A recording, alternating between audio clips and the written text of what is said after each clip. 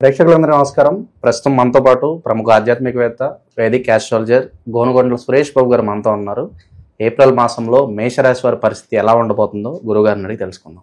నమస్కారం గురుగారు. మణికంఠ గారు నమస్కారం అండి. గురుగారు, ఏప్రిల్ మాసంలో మేషరాశి వారికి ఎలా ఉంటుంది? మనం చూసుకున్నాం అనుకోండి, ఏప్రిల్ మంత్ లో శ్రీరామనవమి, హనుమత్ జయంతి, అక్షయ తృతీయ, మూడు ముఖ్యమైన పండుగలు, అద్భుతమైన పండుగలు ఉన్నాయి. చైత్ర వైశాఖ మాసాలు అద్భుతమైన మాసాలు. ఇందులో మనకి విగ్రహ ప్రతిష్టలు, ప్రాణ ప్రతిష్టలు, అక్కడ నుంచి జాతరలు, ఈ పండగలు, పెళ్లిళ్ళు, ఉపనయనాలు అద్భుతమైన మాసాలు అని చెప్పుకోవాలి. అందులో వైశాఖ మాసం విష్ణుమూర్తికి పరమ పవిత్రమైన మాసం అని చెప్పుకుంటాం అనమాట. ఇట్లాంటి ఈ మాసంలో మనం పర్టికులర్గా చైత్ర మాసం కింద ప్యారలల్గా వస్తుంది. చూస్తే ఇందులో మేషరాశి వాళ్ళకి కనుక చూసుకుంటే ఇందులో ఉన్న గ్రహస్థితి వీళ్ళకి ఈ పండగలకి ఎలా చేసుకుంటే వీళ్ళకున్న దోషాలన్నీ పోతాయి కూడా వివరిస్తూ ముందుకు మనం వెళ్దాం. ఇందులో మనకి మేషరాశి కనుక చూసుకుంటే అశ్విని 1, 2, 3, 4 పాదాలు, భరణి 1, 2, 3, 4 పాదాలు, కృతిక ఫస్ట్ పాదం అంతా మనకి మేషరాశిలో ఉంటాయి. పేరు బలం కనుక చూసుకుంటే వీళ్ళకి చూ, చే, చో, లా, లీ, లు, ఏ, లా, లో, ఆ అక్షరాలంతా కూడా మనకి ఈ మేషరాశిలో ఉంటాయి.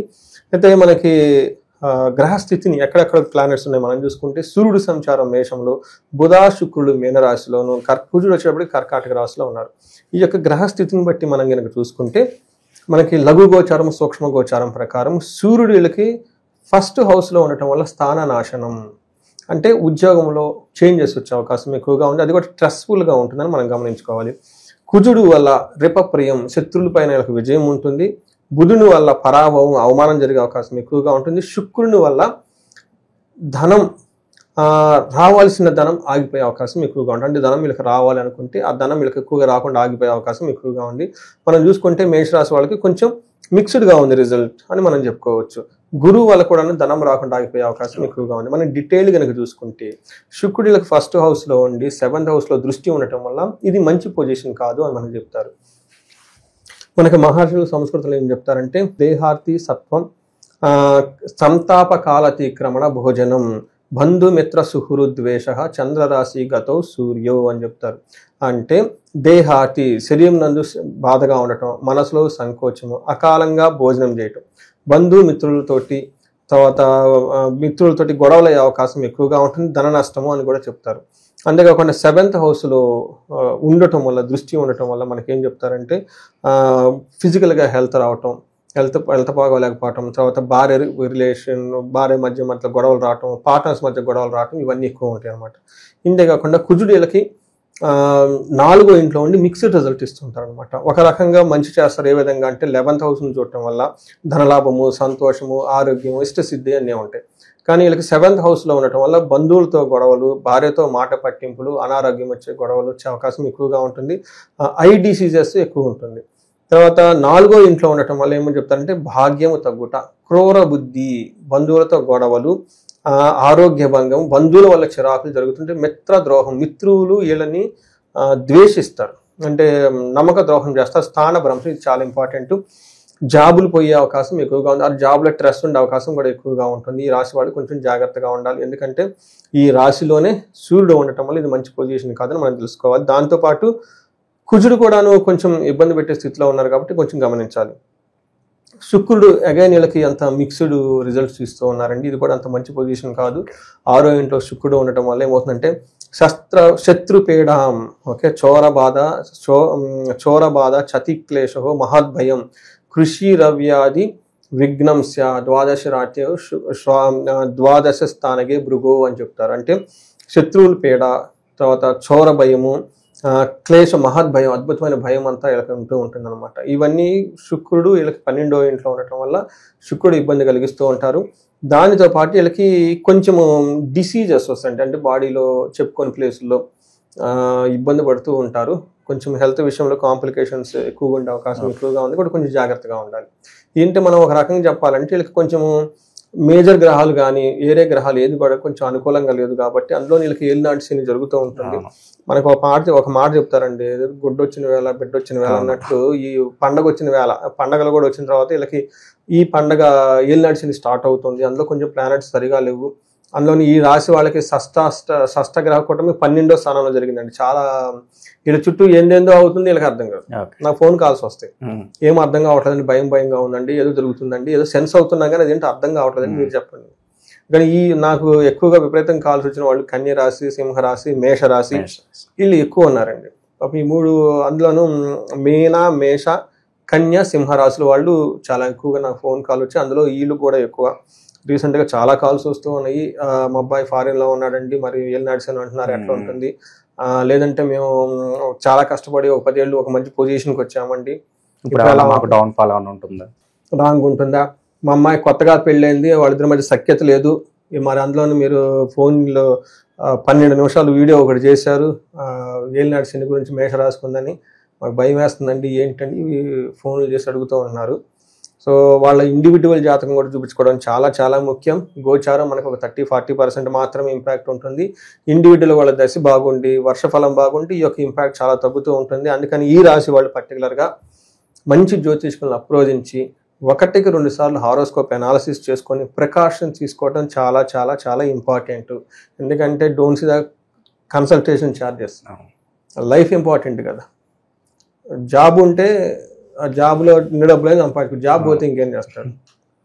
ఇట్లా లక్షలు ఖర్చు పెట్టుకొని సంవత్సరాలు ప్రేమించుకొని పెళ్లి చేసుకొని భార్యాభర్తల సఖ్యత లేకుండా ఈ కోట్లకు పోయి అయిపోయి అటు సంసారం పోయి మనశ్శాంతి పోయి పెళ్లికైన ఖర్చులు పోయి, అందుకని ముందుగానే 1-2 సార్లు హారోస్కోప్లు చూపించుకొని దోషాలు ఏమైనా ఉన్నాయా, 1 opinion, 2nd opinion, 3rd opinion తీసుకోండి. నమ్మకం లేకపోతే తీసుకొని మంచి వాళ్ళ దగ్గరికి వెళ్ళి టెక్నికల్ అసాస్ చేసుకొని వాళ్ళు కనుక్కొని గూగుల్లో ఎత్తికి, నిన్న చాలా మందికి అదే చెప్తా, డోంట్ బిలీవ్, కాలసర్ప దోషం ఉందని నేను చెప్తేందుకు నమ్మాలి, మీకు కూడా తెలుసుకోవాలి కదా. గూగుల్ చేసుకోండి, ఇది కేతు ఎక్కడుంటే ఇక్కడ ఉంటే ఇది ఏంటి రిజల్ట్, లగ్నం ఏది, లగ్నం నుంచి ఏ హౌస్లో ఉన్నారు, ఇవన్నీ చూసుకొని టెక్నికల్ అర్థం చేసుకొని మన మహర్షులు అన్ని క్లీన్గా చెప్పారు, వాటి మీనింగ్ తెలుసుకొని 1-2 సార్లు రీసెర్చ్ చేసి చక్కగా మంచి పరిహారాలు కూడాను, వాటికి స్టాండర్డ్స్ ఉన్నాయండి. అట్లా పడితే అట్లా చేసేది కాదు. మనకి స్క్రిప్చర్స్లో ప్రాపర్ స్టాండర్డ్స్కి ఏ విధంగా చేస్తే రిజల్ట్ అని ఉంటుంది, ఆ విధంగా చేస్తే రిజల్ట్ ఉంటుంది. అట్లా నీళ్ళు భక్తిగా ఉండాలి, చేసేవాళ్ళు సరిగా చేయాలి, ఇంత చేస్తే రిజల్ట్ ఉంటుంది. ఒక few thousands కన్సల్టేషన్ గురించి, few lakhs గురించి, హోమాల గురించి వెనకడిగితే ఇటు పోతూ ఉంటాయి. అందుకని చాలా మందికి చాలా రాంగ్ నోషన్ కూడా ఉంటుంది. ఓకే, గుడికి వెళ్ళడానికి దారి ఖర్చులకు డబ్బులు అవుతాయి, పెట్రోల్ ఖర్చులు అయితే గుడికి ఏమి వెళ్తాం, మోక్షం ఏమొస్తుంది చెప్పండి, ఇట్లా వాళ్ళు కూడా ఉన్నారు. అంటే బాగలేదంటారు, సరే గుడికి వెళ్ళాలంటే మాకు ఫైనాన్స్కి ఇబ్బంది అంటారు, ఇంకేం చేస్తామండి, అంతేనే కదా. అందుకని చెప్పేసి మంచి అక్కడ దాకా పోకూడదండి లైఫ్. ముందుగానే సెన్స్ అయ్యి ఎక్కడో తేడాగా ఉందని ముందుగానే యాంటిసిపేట్ చేసి ఉగాది రాశి ఫలాలన్నీ తెలుసుకొని ఇక బాగలేదు కాబట్టి ఏం చేయాలి, డబ్బులంతా అయిపోయి లాస్ అంతా వచ్చి అప్పులంతా పోయి క్రైసిస్లో పడి అప్పుడు ఏదైనా పరిహారం చెప్తే ఇప్పుడు డబ్బులు లేవంటే ఎట్లా.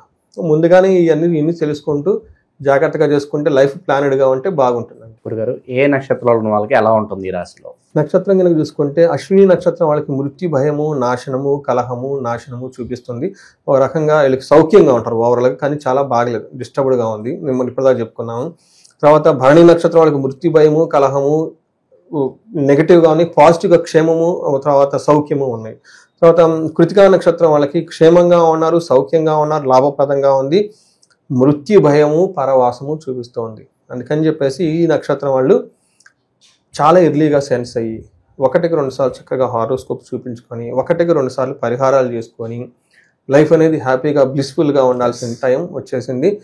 గ్రహస్థితి అనుకూలంగా లేదు, కానీ గ్రహస్థితి ఎవరికి అనుకూలంగా ఉంటుందంటే సత్ప్రవర్తన కలిగి, దైవచింతన కలిగి, ఓకే, గురువులు మాటలేని, పెద్దవాళ్ళ మాటలేని వెళ్తూ ఉంటే, ఓకే, టూ స్మార్ట్గా లేకుండా అంటే గ్రహస్థితి అంతగా బాధ పెట్టవండి, మన నడవడికను బట్టే ఉంటుంది. ఇవన్నీ తెలుసుకోవాలి.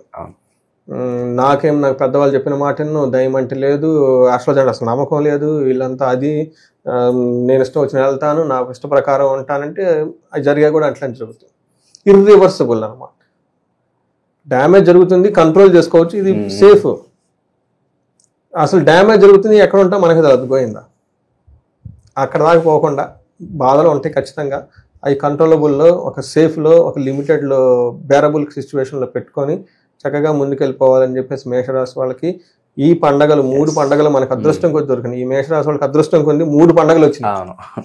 ఒకటి శ్రీరామనవమి, జాబ్లో ప్రాబ్లం ఉన్నా తర్వాత హైయర్ లెవెల్ పొజిషన్స్ రావాలన్నా, భార్యాభర్త మధ్యలో గొడవలు ఉన్న, డైవర్స్ కేసులు దాకా పోయినా, తర్వాత అన్యోన్యత లేకపోయినా, ఒక పండగ 1,00,000 సమస్యలకు సొల్యూషన్ అనేది శ్రీరామ రక్ష స్తోత్రం లాగా శ్రీరామ రక్ష స్తోత్రం చదువుకొని చక్కగా శ్రీరామ పండుగని భక్తి శ్రద్ధలుగా చేసుకొని ఆ దోషాలని పోగొట్టుకోవాలని చెప్పి కోరుకుంటున్నాం.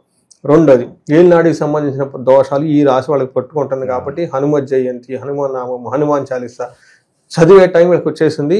అది ఖచ్చితంగా ఈ పండగ నుంచి స్టార్ట్ చేయండి. ధనం మూలం ఇదని జగత్.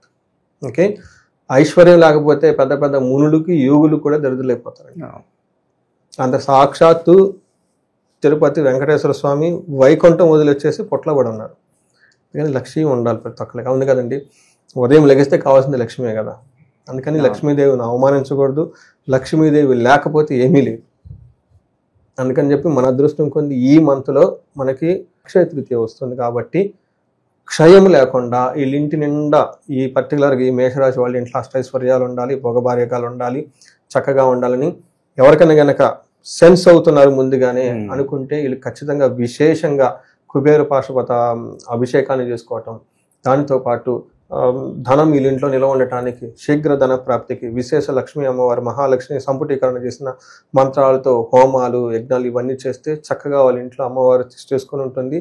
వాళ్ళకి రాబోయే ప్రమాదాల నుంచి చక్కగా మనం నివారించుకోవచ్చు. మేషరాశి వారికి ఓవరాల్గా ఈ నెలంతా కూడా ఎలాంటి ఫలితాలు ఉండబోతున్నాయి చాలా చక్కగా వివరించారు గురుగారు. ధన్యవాదాలు.